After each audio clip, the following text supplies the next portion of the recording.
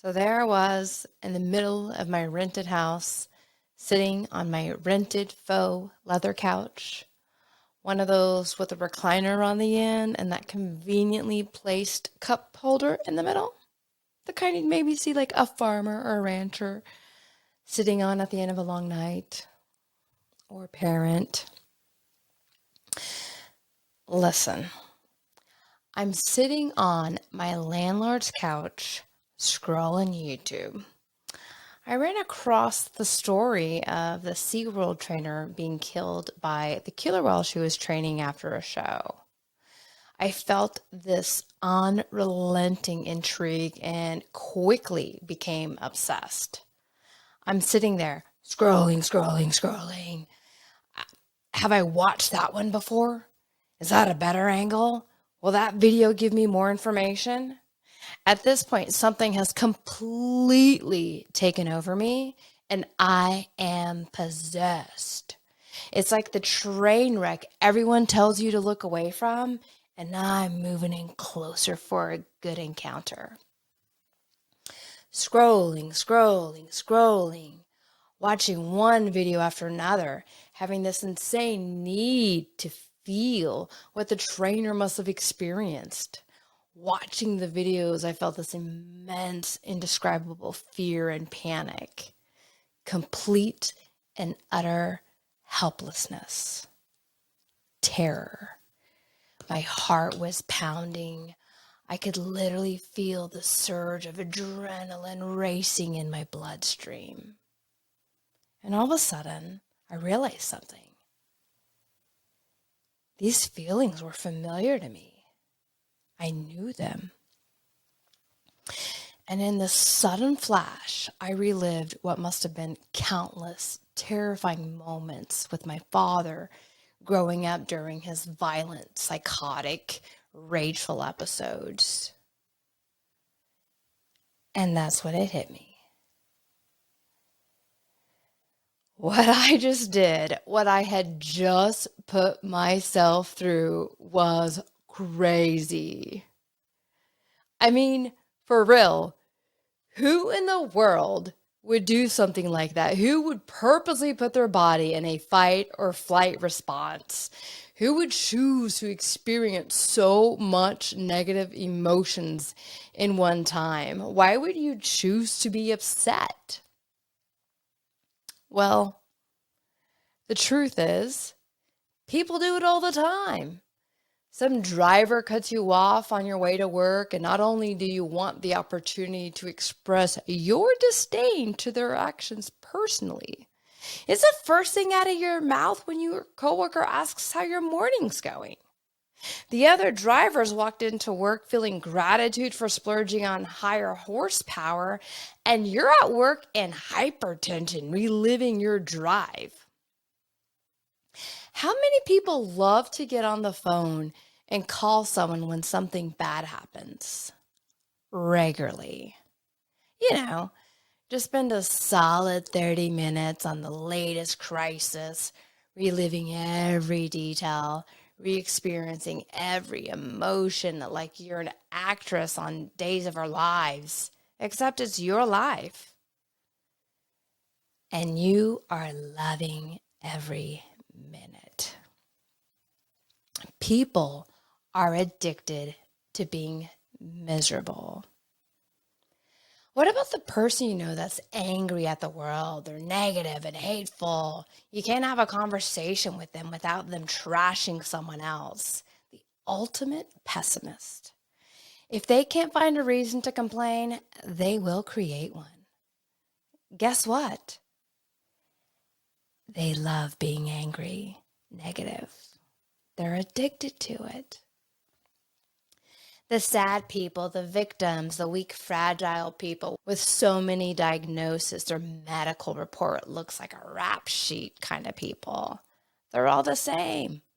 They're addicted to the emotions that make them miserable, that keep them miserable. Emotions are addictive. As an emotional fulfillment coach, this is the biggest obstacle I help my clients overcome. their addiction to their misery, the emptiness. People have this idea that it's an external trigger. If they just made more money, had a relationship with this type of person, had more sex, were more popular, more attractive, healthier. The list goes on. I've known multi-million-dollar executives living in dream homes, having dream lives, respected in their industry and community, and guess what? Psst, they're miserable.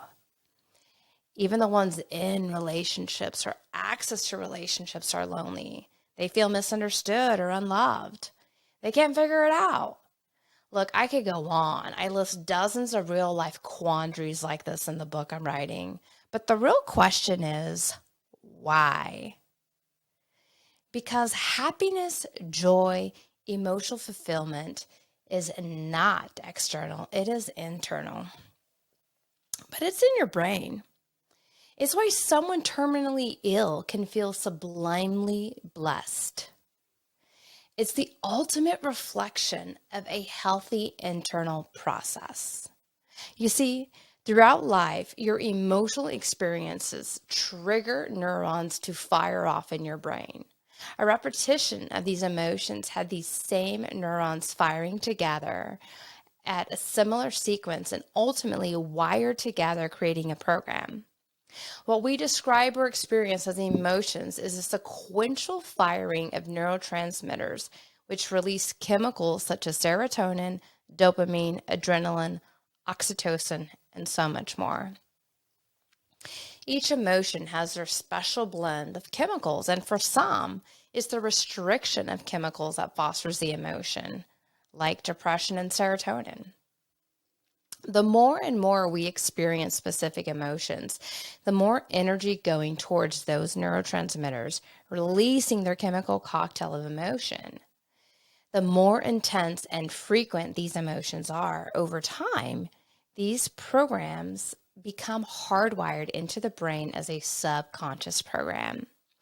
Any traumatic event can create this if the emotions around the event aren't properly addressed. The real scary part is when we stay in a cyclical pattern of reliving either painful events or even unhealthy beliefs or thoughts about ourselves or others. We emotionally re-experience everything as our brains kick out those chemicals over time. Unknowingly, our brain becomes dependent on those chemicals. So just like that known drug addict fiending for another hit to get that dopamine rush they've become reliant and dependent on, normal, everyday people like you and I take subconscious actions to trigger emotions that they have become addicted to. Sometimes it's obvious, but in the case of emotions, often it's the brain that's manipulating your choices and you're completely oblivious to it. Over 90% of the day, your subconscious mind and its programs are in control. Eeks!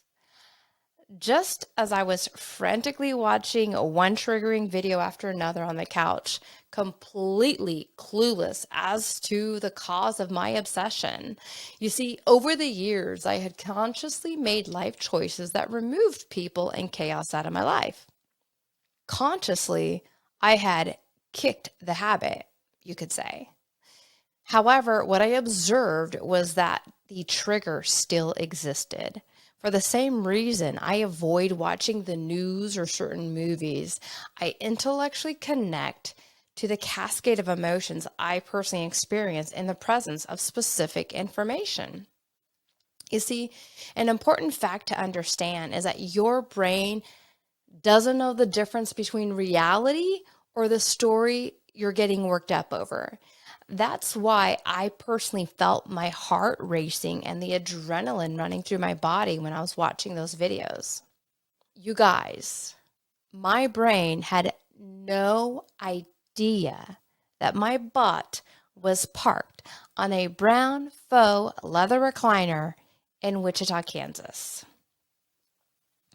Let that sink in. Do you see how powerful your thoughts are? And I'm not even going to go into the quantum physics of what your thoughts do in the energy field around you. This is just specifically as it pertains to the physiological body. Thoughts create emotions which influence our behavior.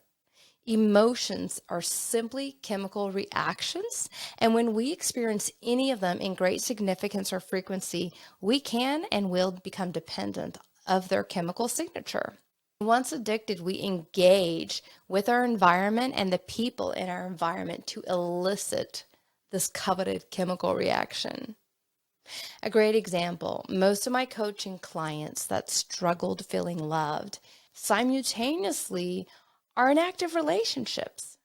The problem is they pick partners that are emotionally unavailable in some way, shape, or form, just perpetuating their feelings around being unloved. Or they'll carry on with superficial relationships, sometimes even inside of a marriage, and don't realize that their lack of vulnerability has been hindering the very thing that they need. I've had clients that feel a genuine lack of value, yet they underhandedly act in ways that devalue themselves. So, the next question becomes, if we can make our brain bad enough to create addictions to our emotions, can we reverse it? Yes. Not only can you reverse it, but you can actually make it better. Now, this isn't my opinion or theory. It's actually explained, supported, and proven in neuroscience, specifically neuroplasticity.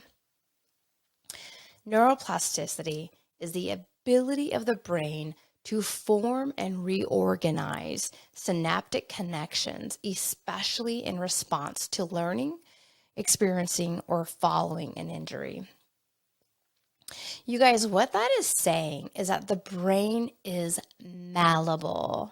It can change, which means you, my friend, can change. You can totally be happy every single day. This is a light bulb moment when your past becomes nothing but an excuse. It's completely irrelevant. And that's really, really good news. Just because the inmates were running the asylum when you were growing up doesn't mean you have to recreate the circus, okay? So your relationships looked more like an arranged marriage or business transaction at best. Consequently, you feel worthless now. But guess what? It's okay. You don't have to. You don't have to stay committed to feeling that way. So, how? How do we go from being in a state of suffering and silence to enjoying healthy emotions, being happy, feeling emotionally fulfilled, and having meaningful relationships? I call it BET. It's a 3-step process I discovered when working with my original clients and has now become the pillars of my work. I even go through extensive detail in my online course. What it really boils down to is this: behavior modification, emotional regulation, and thought repatterning. First and foremost, you need to stay away and avoid any obvious or known emotional triggers. This is no different than telling an alcoholic to stay out of the bar or away from his drinking buddy. And as you move through the rest of the steps, you'll likely discover additional self-defeating behavior. But right now, stop doing the things that you know leave you feeling worse. So for example, if you're continuously attracting or gravitating to the same type of person or relationship online that's upsetting, take a break from the dating scene so you can address your emotions and recalibrate your thinking and belief systems. If you struggle feeling unhappy or negative, make a no complaining rule with your friends or your family. When you emotionally regulate yourself, you not only regain control of your actions, but you're more aware of your thought patterns. Emotional regulation allows you to be more objective, to then execute the rational thinking that's required to be aware of your thoughts. Not to mention, let's face it, it also keeps you from making stupid mistakes you often regret later, just complicating your life. Emotional regulation is key for not only daily mental health and making sound decisions for the future, it's also a seriously critical skill needed in all forms of relationships. So that means healthier relationships will become a natural byproduct. Understand, emotional regulation isn't stoicism or lack of emotion. That's the other side of the spectrum and just as unhealthy. I'm referencing the ability to allow emotions to flow, be vulnerable without the destruction of emotions from negative beliefs. Having both the ability to acknowledge an emotion and the will to not feed into it is where mastery comes in. It's like the insecure partner knowing that acting on their emotions will be damaging for the relationship and choosing to believe in a healthier belief system. Or having a low self esteem and walking away from an unhealthy relationship despite fearing that no one else will want you, but choosing to believe you deserve better. When you repattern unhealthy beliefs into positive ones, eventually you no longer magnetically attract that what makes you miserable. You no longer have an interest in participating or preserving, holding on to, or even being around environments or people that feed those thoughts and emotions. Saying no or walking away from people and things that are detrimental to your health suddenly just becomes easier.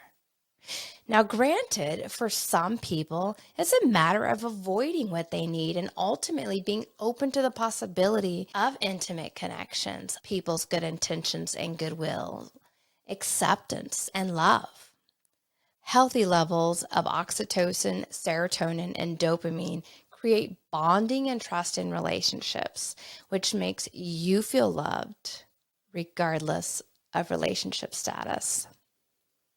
Now, if you have any questions about how you can apply this information to your personal life and would like to book a 20-minute consultation, email me at info@helenaklassen.com or visit my website, www.helenaklassen.com. Both of those will be listed in the description as well. Now, if you enjoyed this video and found it to be helpful, please like, share, and subscribe. I would love to know your greatest takeaway, so please share in the comments below.